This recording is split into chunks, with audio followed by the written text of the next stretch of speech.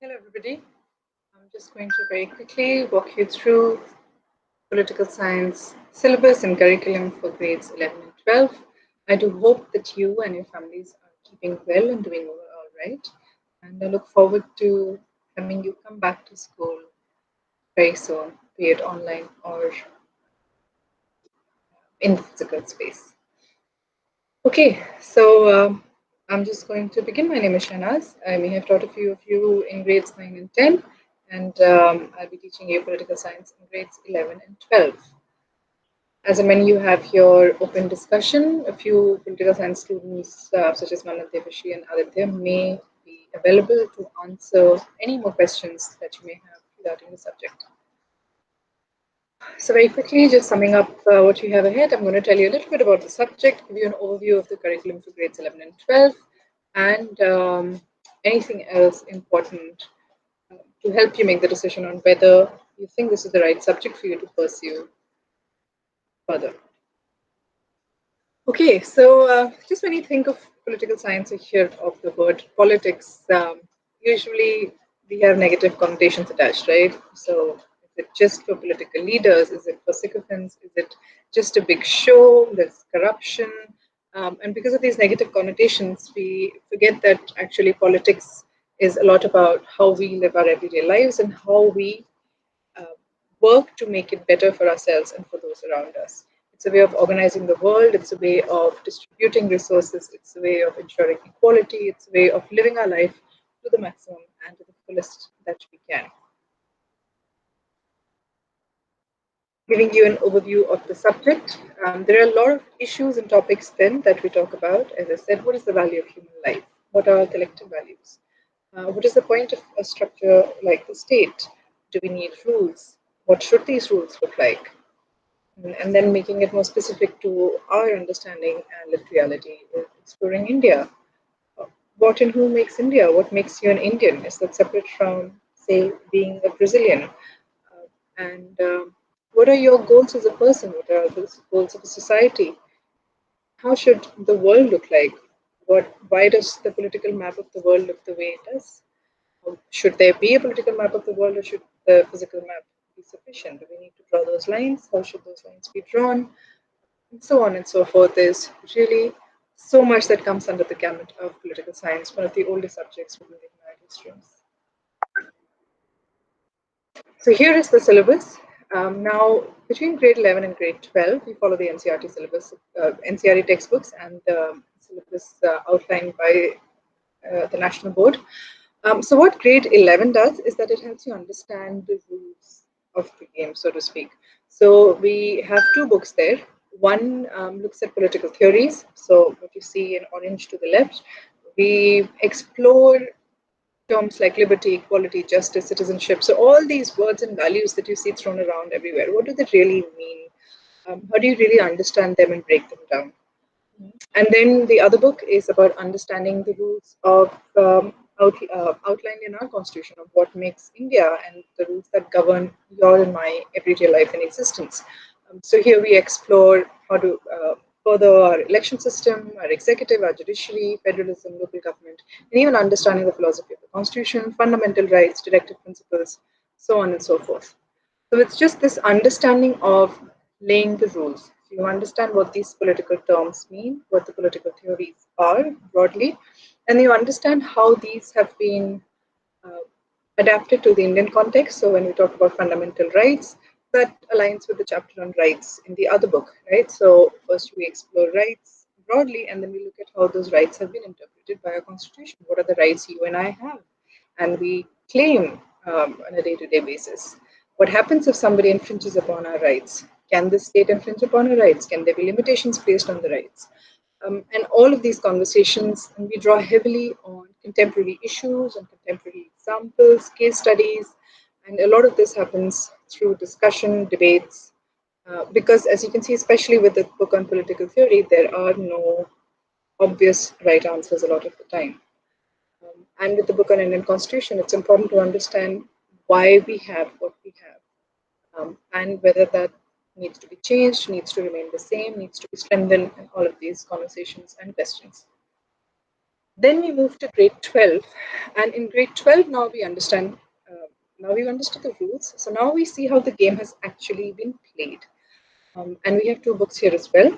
One book is looking at the international arena, and the other book is looking at the national arena. So we begin with understanding international politics from the Second World War to now. And in that, we explore the Cold War, the bipolar world, and we explore through the late 40s to the 50s, 60s, 70s, 80s, up till early 90s with the end of the Cold War. This is also where nuclear weapons become a reality of our everyday existence. So we see that. We explore South Asia as a region. We explore other centers of power, such as the European Union, ASEAN. We also look at organizations such as UN, and then we explore some issues like security in the contemporary world, where topics like terrorism are discussed. We look at environment, natural resources, and the politics around environment. And finally, the book ends with a chapter on globalization and what that really means today. The book on national politics begins post independence. So we start with the journey of understanding the breakup of the country into India and Pakistan, and then the consolidation of Indian territory, right? So how we went about getting Kashmir or Hyderabad or Junagadh or these many territories and consolidated into one sovereign nation state. We try and understand what was the vision of the country. So how did our leaders envision planning and development?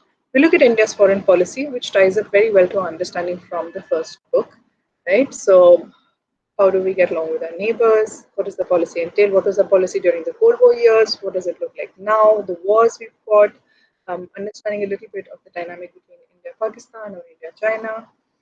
Um, then we focus on understanding the elections in India and the leadership in India and party politics in India. So we begin with the Nehru years, we move on to Indira Gandhi, we try and understand emergency. Uh, then we look at 80s and 90s, looking at subaltern politics, caste and other identities coming into politics, understanding communalization in politics, looking at the coalition governments that had a great hold at the national level through the 90s and early 2000s, and then exploring where we are today from there with a single party rule back in power at the center and with regional parties coming as competitive forces. So that rounds it up with trends and developments. Along the line, we also explore not just how politics plays when it comes to power at the government level, but also how it plays when it comes to people demanding their rights. So through new social movements, we explore movements like the anti-Arab movement or the Bharatiya Kisan Union movement, which came back in the news recently. And regional aspirations, we talk about issues such as Kashmir, we talk about issues in the Northeast, we talk about the Khalistan movement. So exploring this wide gamut of social and political issues that have shaped our nation's history and continue to shape our current realities and context even today. So, from there, and I'll also quickly mention that your theory paper is of 80 marks. There's 28 marks per project, which comprises of a presentation or a project we'll do with a viva, and this is externally evaluated. So, why does it matter to choose politics? Uh, because if you look at almost everything in your life, somewhere it is regulated by politics. What kind of education you can have, what kind of family you're born into, and how that impacts your life. Your name and how that impacts your life, your gender and how that impacts your life. What you choose to study and then choose to work in and how that impacts your life. Who say you marry or do not marry. States have even controlled in history and even in modern times how many children one can have. And even the fact the NCERT curriculum itself, the CBSE curriculum itself, and the NCERT textbook that is controlled by the state. So, the simple fact of what you are studying is also directly connected to politics and how those in power or how states and systems decide what education should consist of. Politics is all around you. If you look at the current situation, say, of resources not being available to handle the COVID-19 pandemic and second wave, then where does policy making, where does the state come in? Where does the market come in and how much is the market regulated in that, right? What is the cost of the vaccine? Who's regulating the cost of the vaccine? How is the vaccine being provided? Who is it provided to first? How many are there? Who is making the vaccine? How much are they being paid? Should there be a cap on the price of the vaccine? All of these questions are answered through politics. And you can really experience the gamut of the human condition and human reality through politics and the study of political science. There are so many career prospects and new ones are coming up almost continuously. So of course you have some continuing career options, be it politician, foreign service, social worker, teacher, analyst. You can work in think tanks. You can work in public relations. You can work in journalism. There are those careers, but you can also focus on the newer careers which combine different streams and avenues to really look at. So, for example, because you will explore environment and politics, and with that, say if you have a subject like geography, you can really get into environment planning and sustainability planning, which is a huge career opportunity today. If you have sociology and political science, then of course there are many overlapping issues there. If you have math and political science, you can look at something like psephology, which is understanding the numbers in elections. So the good thing about this subject is that you can really use your understanding and knowledge from this subject into almost any field you go into, right? If you're exploring biology, so if you look at bioethics, then that comes from all those political ideologies we talked about, such as rights. So do robots have rights? What kind of rights would they be? All of that is coming from politics. And as I said, umpteen opportunities, job opportunities are opened up. The more direct ones or the more obvious ones are related to policy, related to politics, be it in politics or be it in the bureaucracy. And many private and public universities offer political science for you to take up post grade 12 as well. Some sectors that you can move towards with the BA in political science. This list is absolutely not exhaustive. It's just giving you a snippet. And as I said, you can use political science and align it with any other subject really and explore those two together. Because as a subject, political science is very amenable to work with almost anything, right? Because almost everything is governed by policy to an extent.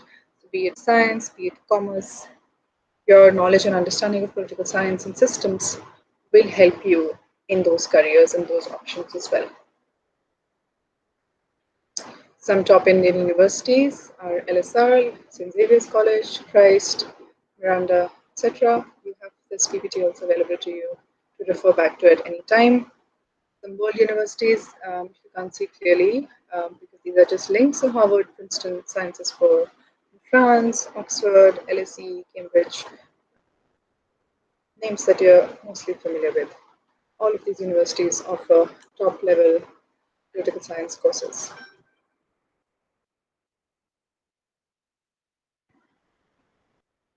And yes, that's it from me. I will see you in the Q&A session where you'll also have a few political science students there to share their experience with them. If you have any questions, you can always write into me on my mail ID. And take care of yourselves and your families, and I'll see you soon.